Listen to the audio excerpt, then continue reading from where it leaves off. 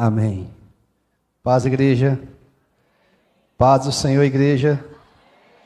Glória a Deus. Aleluia. Abra comigo a sua Bíblia, Apocalipse, capítulo 2. Vamos ler a partir do versículo 12.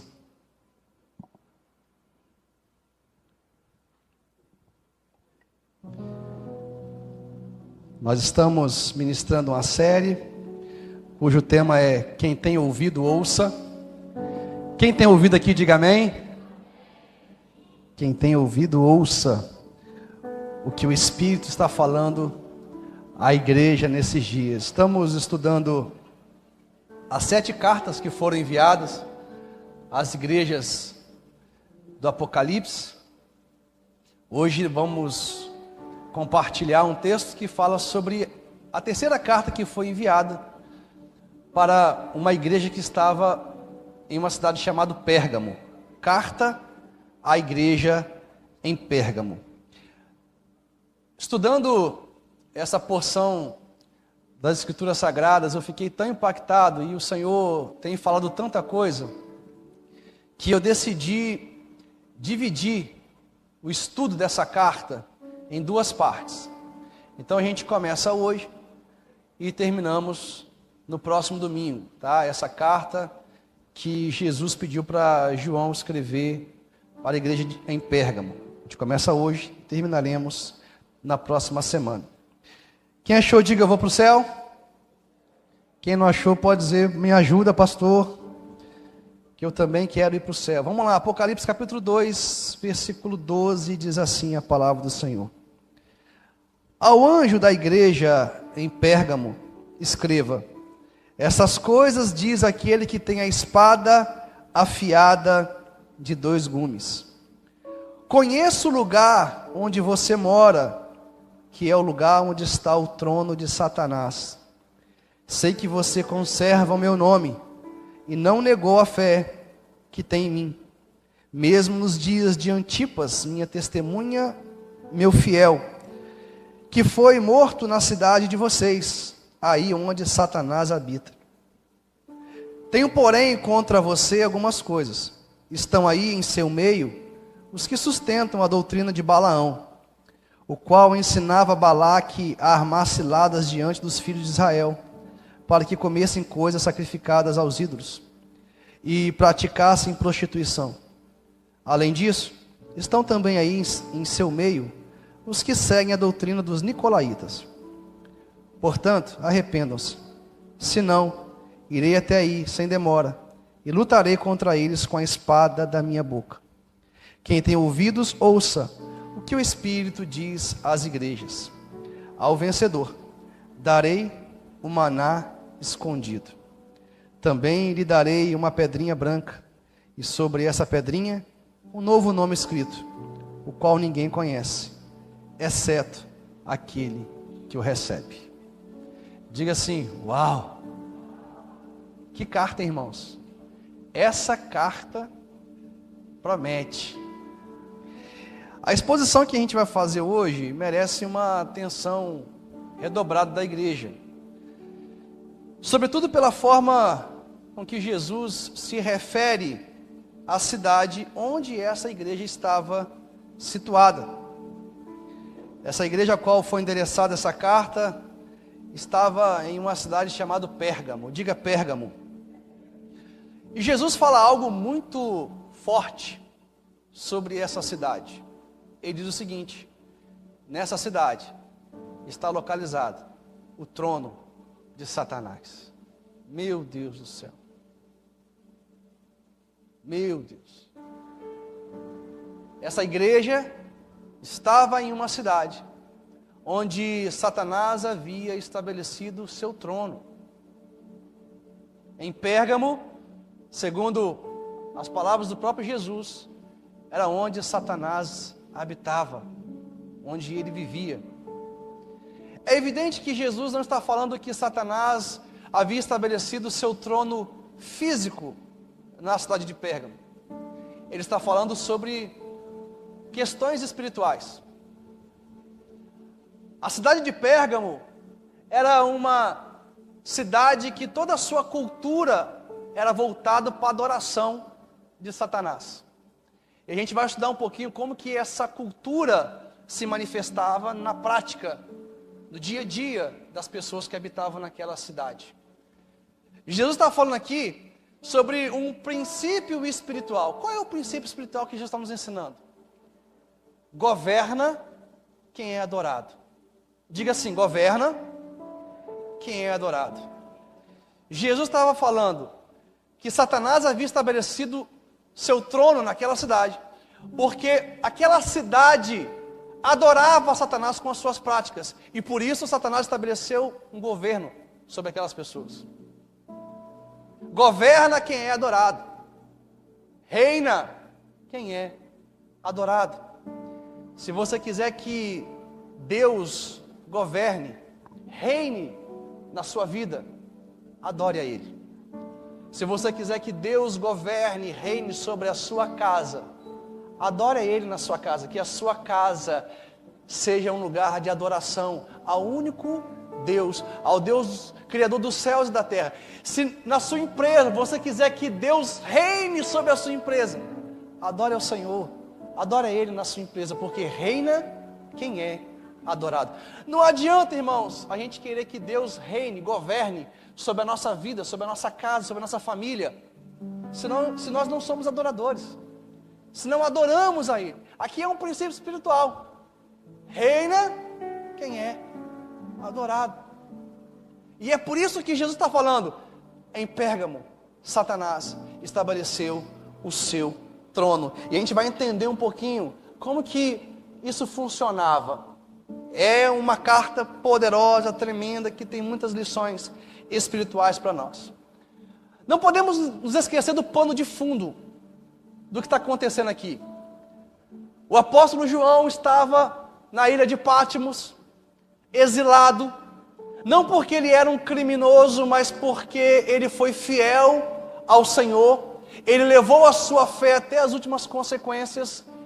E naquele tempo havia uma forte perseguição à igreja e aos cristãos. Então o imperador Domiciano enviou João para a ilha de Patmos, uma ilha que ficava na Grécia, para onde era enviado toda sorte de criminosos, homicidas, ladrões. E João foi enviado também para este lugar, porque ele não negou o nome de Jesus.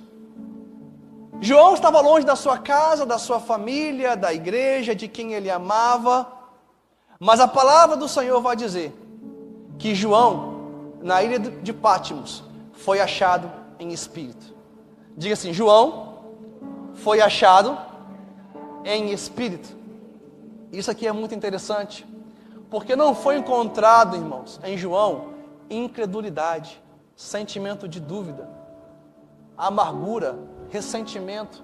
Mesmo João exilado na ilha de Patmos, passando toda sorte de provação, de dificuldade, de luta, escassez emocional, porque estava longe das pessoas que ele amava, escassez material, porque a comida era ruim, não tinha comida suficiente para manter aquelas pessoas que estavam naquela ilha. Mesmo passando tudo isso, João, ele nunca disse assim: onde está o Senhor, meu Deus, em meio às minhas lutas? Onde está o Senhor em meio às minhas dificuldades? Porque a gente faz isso muitas vezes, né? Quando a gente está passando por alguma adversidade, a gente questiona a presença de Deus em nossas vidas. Mas João, ele foi achado em espírito. Ou seja, tudo que João estava passando na ilha de Patmos, toda a provação, o conduziu para o seu estado original. Porque eu e você, irmãos, somos espírito. Possuímos uma alma e habitamos em um corpo. As dificuldades, as lutas que João estava passando não enfraqueceram a fé dele. Não fizeram com que ele esmurecesse, pelo contrário, o conduziram para o seu estado original. Ele foi achado no seu estado original, em espírito. Irmãos, tudo que a gente passa na vida, toda luta, dificuldade, provação, todo desafio, tem que nos conduzir para o nosso estado original. Quando isso acontece, Quando somos achados em espírito, isso significa que a nossa comunhão com o Espírito Santo está desimpedida. Não há barreiras, não há obstáculos. E por isso podemos receber grandes revelações da parte do Senhor, assim como aconteceu com João. Quem está entendendo? Mesmo passando por todas essas lutas, João manteve uma comunhão desimpedida com o Espírito Santo. Por isso os olhos deles se mantiveram abertos para ver o Senhor, os ouvidos abertos para ouvir ao Senhor, e isso qualificou João para receber as revelações do livro de Apocalipse. Quem aqui quer ouvir a voz do Senhor?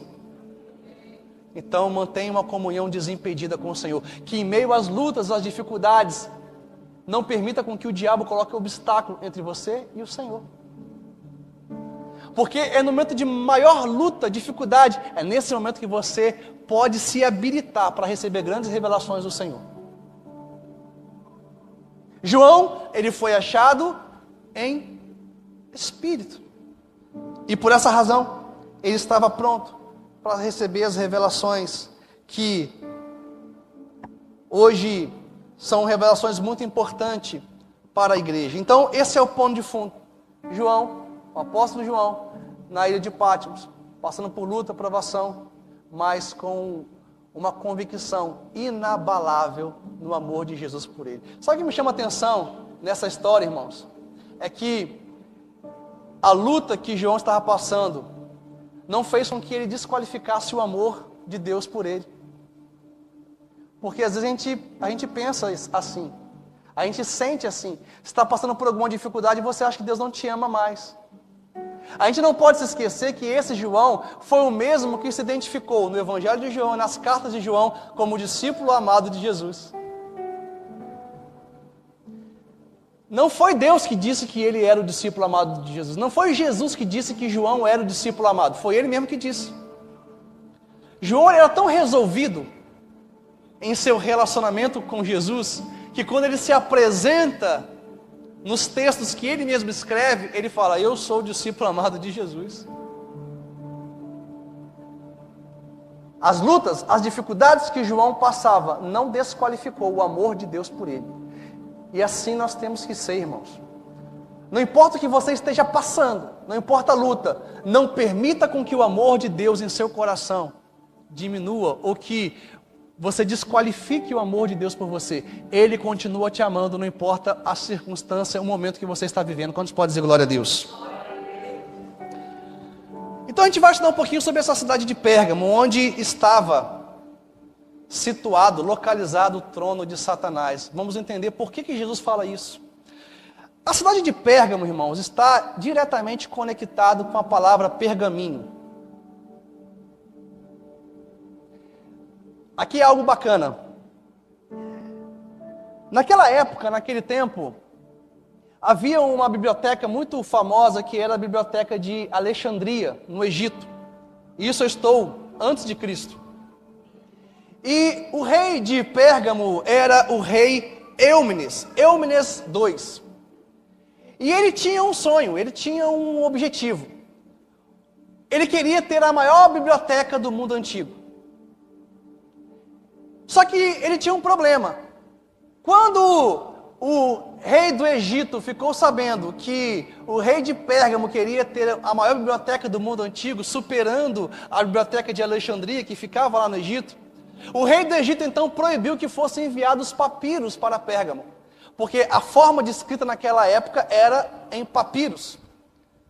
Papiros era uma espécie de papel que era feita a partir de plantas aquáticas.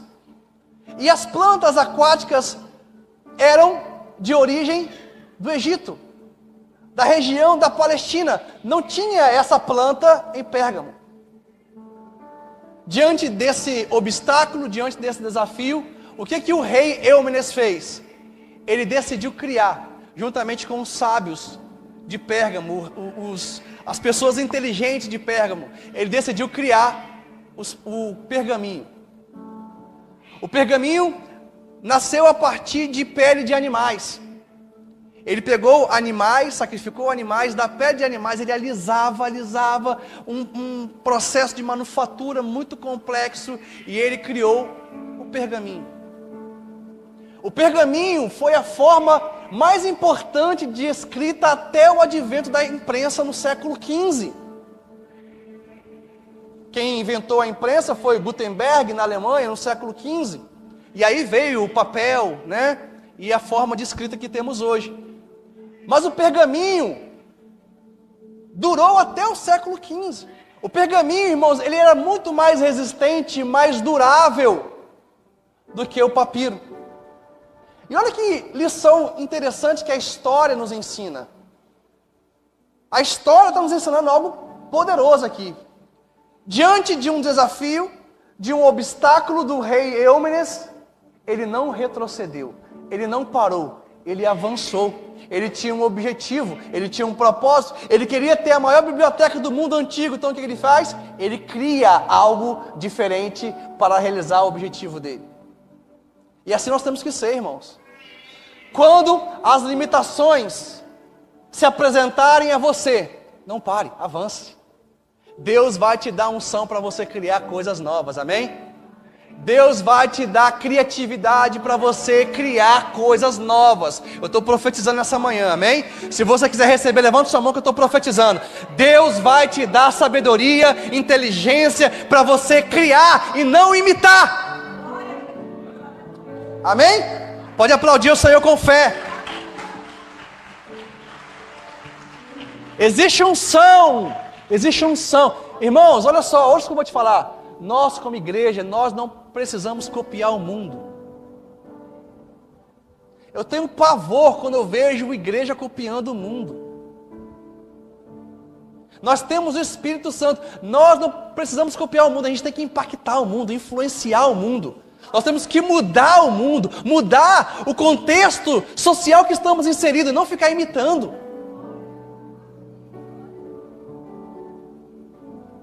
O Espírito Santo, irmãos, ele tem unção que nos ensina a criar. A palavra do Senhor vai dizer, nós já estudamos isso aqui, que Davi, ele amava tanto adorar a Deus, que ele tinha unção para criar instrumentos musicais.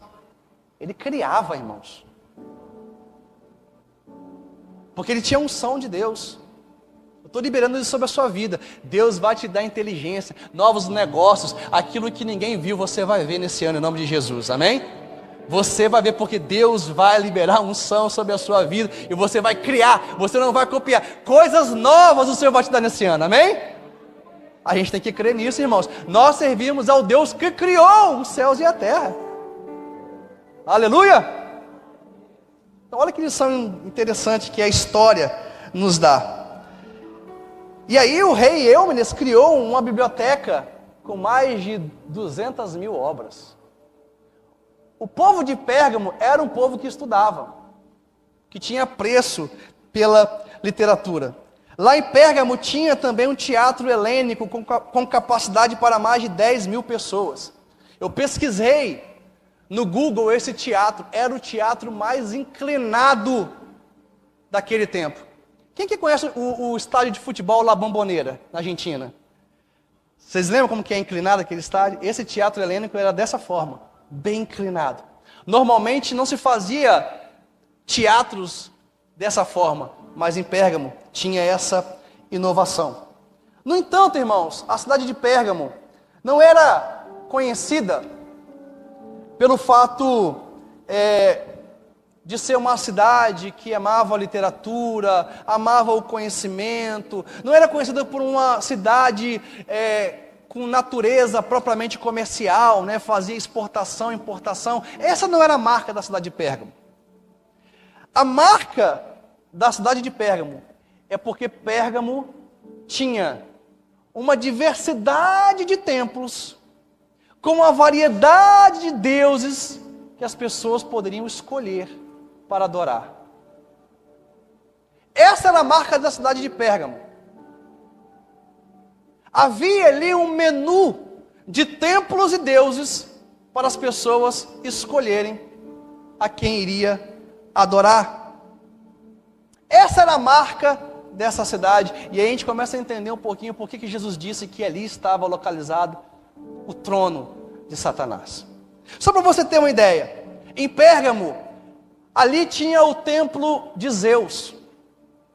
Zeus na mitologia grega, era conhecido como o Deus dos deuses, o governador do universo, o todo-poderoso do mundo. Assim que era conhecido Zeus. Zeus, eu não sei se você sabe, mas as Olimpíadas que existem hoje, os Jogos Olímpicos, foram criados em adoração a Zeus. Quando os atletas, eles iam participar de provas como corrida, luta, pentatlo, todas aquelas modalidades esportivas, eles estavam oferecendo sua força e sua habilidade a Zeus. Assim nasceu os Jogos Olímpicos. Quem sabia disso? Está vendo? O pastor Diego também é cultura. A forma que nós temos hoje dos Jogos Olímpicos foi concebida em adoração a Zeus. E aí, irmãos, Zeus, por ser conhecido pela mitologia grega como todo-poderoso, como aquele que poderia resolver grandes problemas, as pessoas, quando precisavam de algo grande que acontecesse na vida delas, resolver um grande problema, elas acreditavam que se fosse ao templo de Zeus e adorassem a Zeus e fizessem sacrifício a Zeus, elas receberiam resposta, solução para aquilo que elas estavam vivendo. Lá em Pérgamo, também tinha o templo de Esculápio, ou Asclépio, como é conhecido pelos romanos. O templo de Esculápio, lá quem era adorado era o deus Esculápio. Sabe quem era o deus Esculápio? O deus da medicina. Na mitologia grega, era o deus da cura. Então, quando as pessoas precisavam de alguma cura, elas iam para o templo de Esculápio, deitavam os enfermos no templo de Esculápio e liberavam serpentes que não eram venenosas. Essas serpentes começavam a andar entre os enfermos, e a pessoa que tivesse algum sonho com o deus Esculápio, eles acreditavam que poderia ser curado. Você sabe qual que é o símbolo de Esculápio? Uma serpente enrolada num bastão. Você sabe qual que é o símbolo da medicina até hoje? Uma serpente enrolada em um bastão. Você que é médico, enfermeiro, você carrega no seu braço o símbolo de um deus da mitologia grega que se chama Esculápio. A OMS usa esse símbolo de um demônio até os dias de hoje. O símbolo da medicina atual é uma serpente enrolada num bastão. Até hoje. Olha como que isso transpassou a história, irmãos. Você que é médico, você que é enfermeiro, sempre que você for trabalhar, colocar o seu jaleco, consagre a sua profissão, consagre a sua vida ao Senhor. Diga: eu não opero por Esculápio, eu opero pelo sangue de Jesus, pelo Deus Todo-Poderoso, Criador dos céus e da terra. Aleluia! Deus Esculápio. Lá também tinha o templo de Dionísio. O templo de Dionísio, quando as pessoas queriam se embriagar, queriam se divertir, elas iam para o templo de Dionísio, Dionísio era o deus do vinho. E ali elas se embriagavam, ali, entre aspas, elas se divertiam, elas iam para o templo de Dionísio. Lá também tinha o templo de Afrodite. Quando alguém queria ter prazer sexual, o que ela fazia? Ela ia para o templo de Afrodite. E lá acreditava-se que quando alguém tinha relação sexual com os servos de Afrodite, ela recebia a essência de Afrodite. Se ela quisesse ter prazer sexual, ela sabia onde que ela ia. Ela ia para o templo de Afrodite. Lá também tinha o templo de Trajano. Trajano era um templo onde o imperador romano era adorado.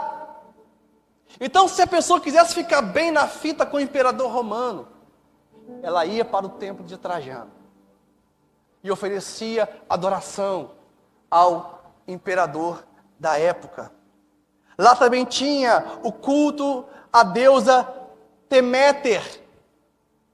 Lá tinha o templo da deusa Deméter. Deméter era a deusa da agricultura e das colheitas. Então, um agricultor que quisesse ter uma boa colheita, acreditava-se que se ele fosse ao templo de Deméter, a colheita dele seria abundante. Lá também tinha o templo da deusa Átena, que era a deusa da sabedoria e da estratégia militar. Se algum exército queria sair para a guerra, eles iam para esse templo, adorava essa deusa, a deusa Átena, e então acreditava-se que ele iria receber uma sabedoria, uma inteligência e estratégia militar para ter sucesso na guerra. Observe, irmãos, eu fiz aqui um resumo, tá? Existe uma sociedade de templos e de deuses que a história vai relatar que tinha na cidade de Pérgamo. Agora observe uma coisa, havia um menu de templos e de deuses que a pessoa poderia escolher para adorar. Eu quero cura, Esculápio. Eu quero resolver um grande problema, eu vou para Zeus. Eu quero agricultura, eu vou aqui. Eu vou ali, eu vou acolá. E essa, irmãos, isso que eu vou te falar, essa é a essência, é o fundamento da idolatria. É você querer ter um Deus personalizado que vai fazer o que você quer na hora que você quer. Para qualquer problema que os habitantes de Pérgamo estavam passando, eles tinham um Deus específico. Eles poderiam escolher o Deus a qual eles iriam adorar e acreditavam-se que iria receber uma recompensa. Eles tinham um Deus para saciar a vontade deles, no tempo que eles queriam, na hora que eles queriam e no momento que eles queriam. E esse é o fundamento da idolatria. É desejar ter um Deus personalizado que vai fazer tudo para você na hora que você quer, no tempo que você quer e do jeito que você quer. E aí eu começo a entender por que Jesus disse que em Pérgamo estava localizado o trono de Satanás. Sabe por quê? Porque a cultura de Pérgamo era uma cultura idólatra, antagônica ao Evangelho. Pérgamo era uma sociedade politeísta, e chega o Evangelho, que é monoteísta, porque nós cremos em um Deus, um só Senhor. E aí começa um confronto para aquela igreja que estava localizada em Pérgamo.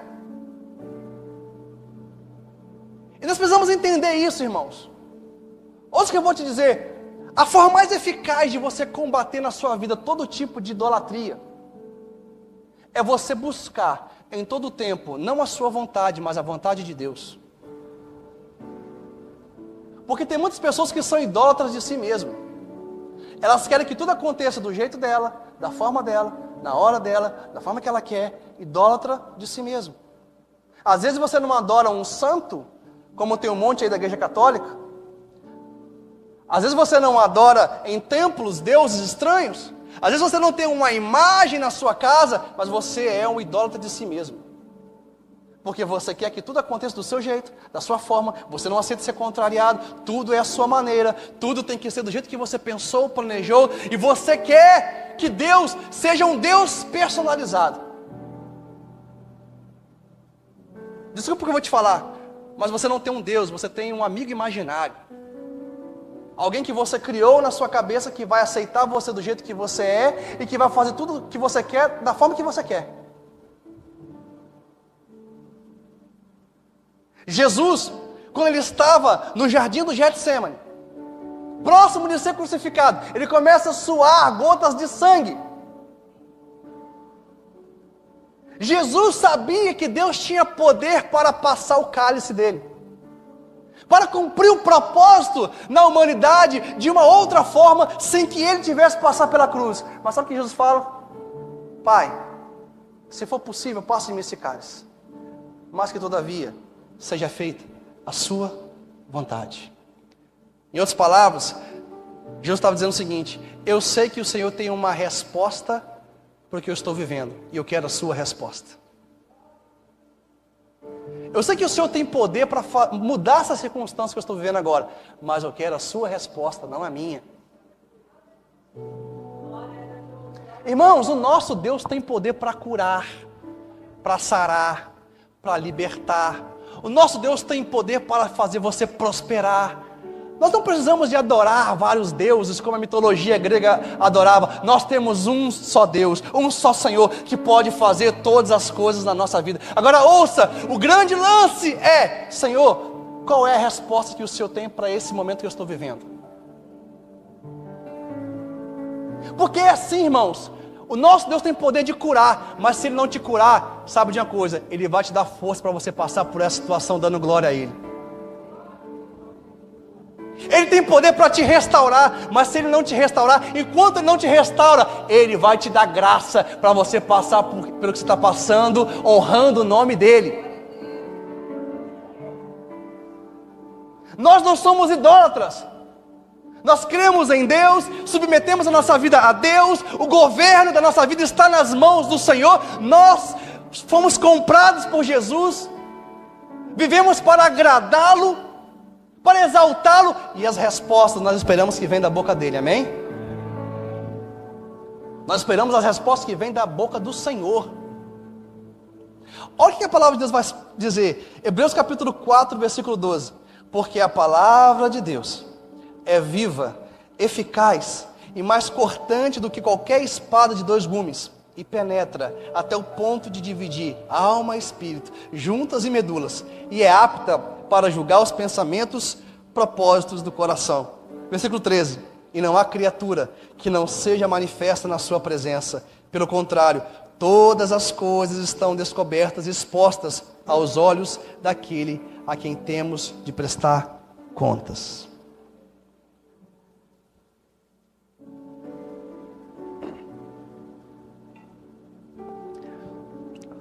Sabe o que a palavra de Deus está nos ensinando?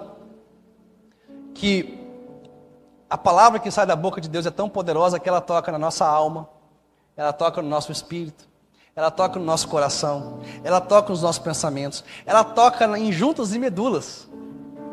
Juntas e medulas já é algo físico. Irmãos, a palavra de Deus é poderosa para tocar em todas as áreas da nossa vida. Sabe o que significa? Deus tem resposta para todas as áreas da sua vida. Espere nele a resposta. Amém? Espere nele a resposta. A palavra de Deus é a verdade e ela tem solução para cada área das nossas vidas. Ele tem resposta para cada área da nossa vida. É cura. Nosso Deus tem cura. É um milagre. O nosso Deus, Ele pode fazer um milagre.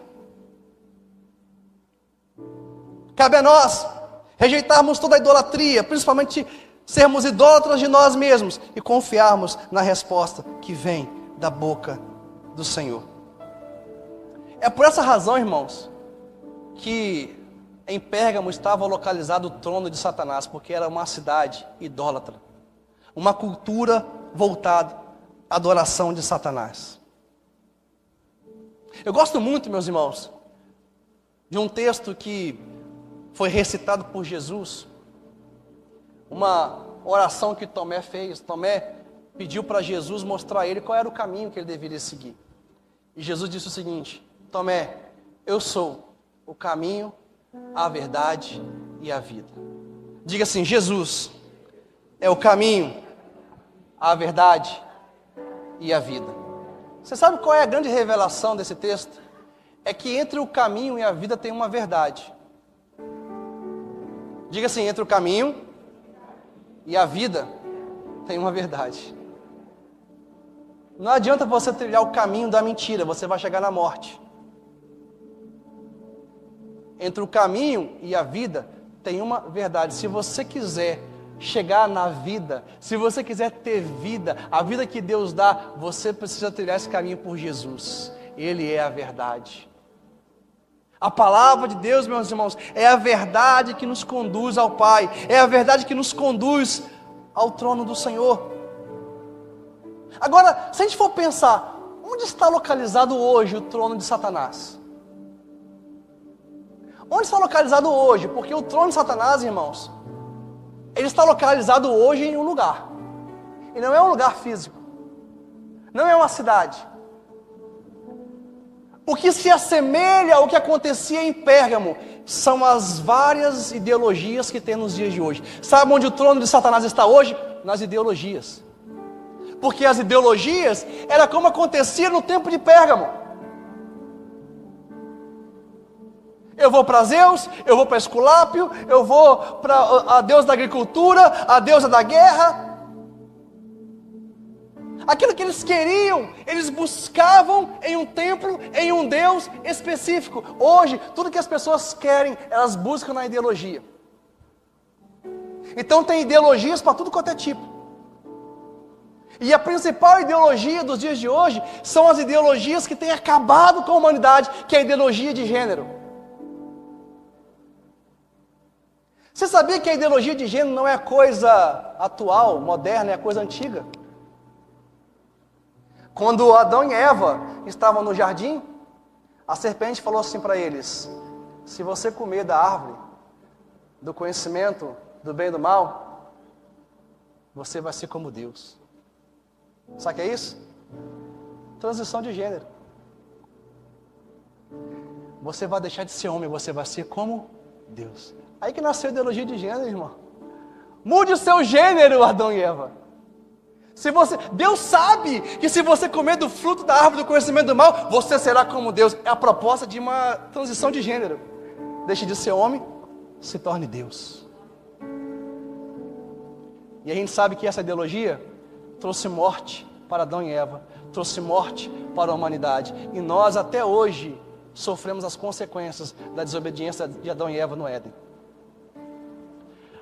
Ideologia nenhuma é resposta para as necessidades humanas.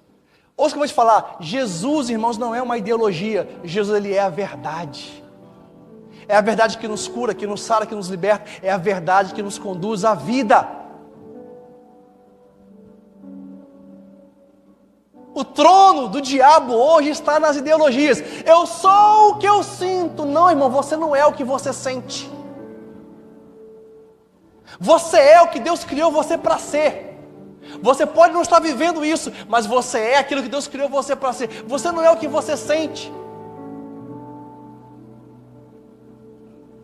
Eu posso me sentir uma pessoa bilionária, mas eu não vou ser uma pessoa bilionária. Pelo menos agora eu não sou. Né, pastor Jeff? Né, Eldo? Pastor El, tem cara de presidente do Brasil. Ele pode falar bem assim: pastor, estou me sentindo, acordei hoje me sentindo presidente do Brasil. Ele é o presidente do Brasil, gente? Não é. Você não é aquele que você sente. Quem está entendendo? O trono do diabo está localizado hoje nas ideologias. Você pode ser tudo aquilo que você quer. Você pode ser aquilo que você sente. Você é o que você sente. E a humanidade hoje vive essa loucura. Sabe o que é isso, irmãos? É idolatria, idólatras de si mesmo. Eu quero ser isso, eu me sinto isso, então a sociedade vai ter que me engolir. Jesus, ele é o caminho, a verdade, ele é a vida. E aí, para a gente finalizar hoje, que eu dividi essa mensagem em duas partes, porque ela é uma mensagem muito grande. Em Apocalipse capítulo 2, versículo 12, Jesus, ele começa falando, quando ele pede para João escrever essa carta à igreja em Pérgamo, ele diz: avisa para a igreja em Pérgamo que da minha boca sai uma espada afiada de 2 gumes. Diga assim: da boca de Jesus, diga com mais fé, diga, da boca de Jesus sai uma espada afiada de 2 gumes. Sabe o que o Espírito Santo me trouxe aqui à luz, enquanto eu estudava esse texto? Da boca de Jesus não sai uma faca, sai uma espada. Sabe por quê? A faca é de um gume só, ela corta só de um lado. Mas a espada que sai da boca de Jesus, a palavra que sai da boca de Jesus, corta de ambos os lados.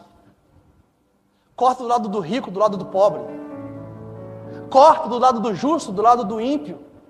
Porque tem crente que acha assim: eu vou sair dando tombo na vida de todo mundo aí fora, dando prejuízo, e você acha que porque você é crente que Deus vai te poupar, vai aprovar o que você está fazendo.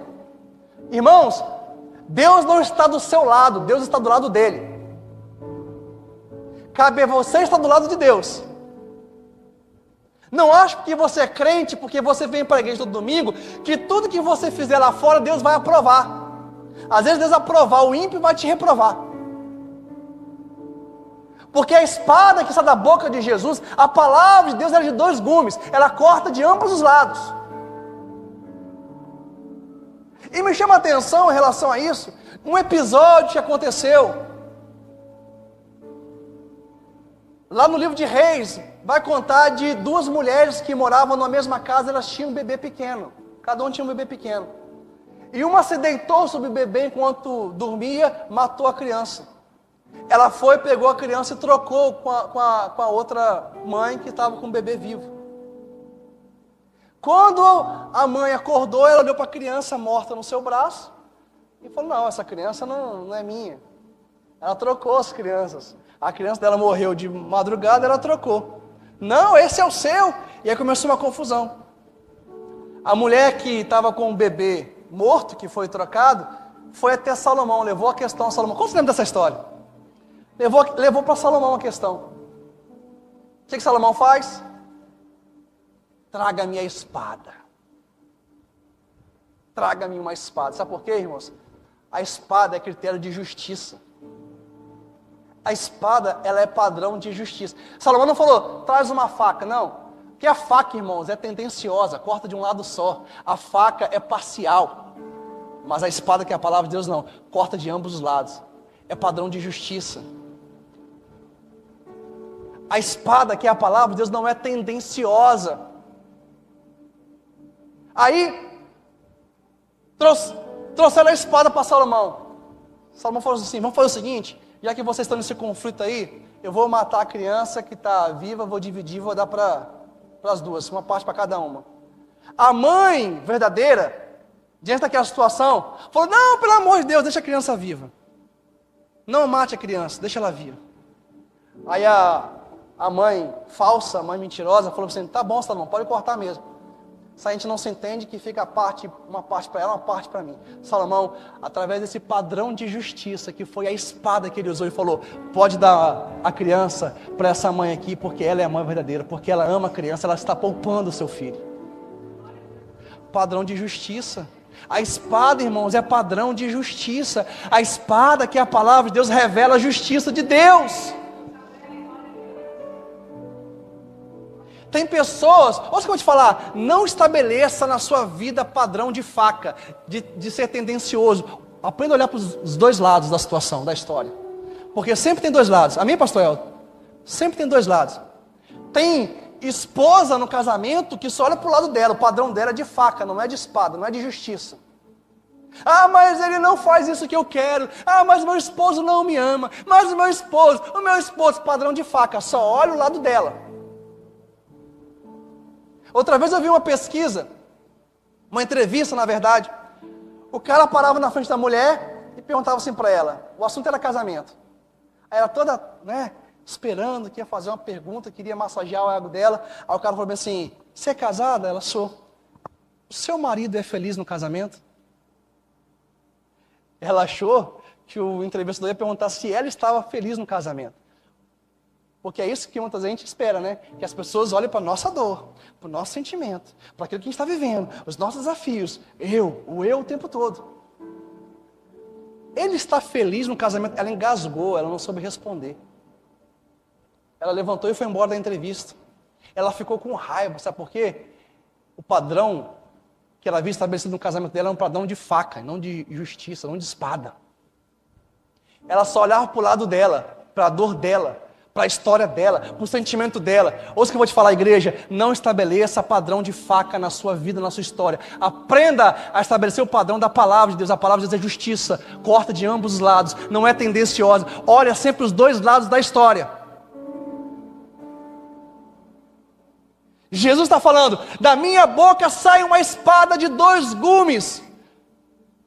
Eu estou em uma guerra, eu estou em uma batalha, e eu corto de ambos os lados. Eu corto atacando e eu corto defendendo, porque a justiça é assim, irmãos. Ela vai cortando e ela volta cortando, ela corta de ambos os lados. Quem está entendendo o que o Senhor está falando? Da minha boca sai uma espada afiada, uma espada de 2 gumes. E Apocalipse 2,14 vai dizer, tenho porém contra você algumas coisas. E aqui o Senhor começa a fazer uma advertência para a igreja em Pérgamo, que a gente vai estudar na semana que vem. Amém?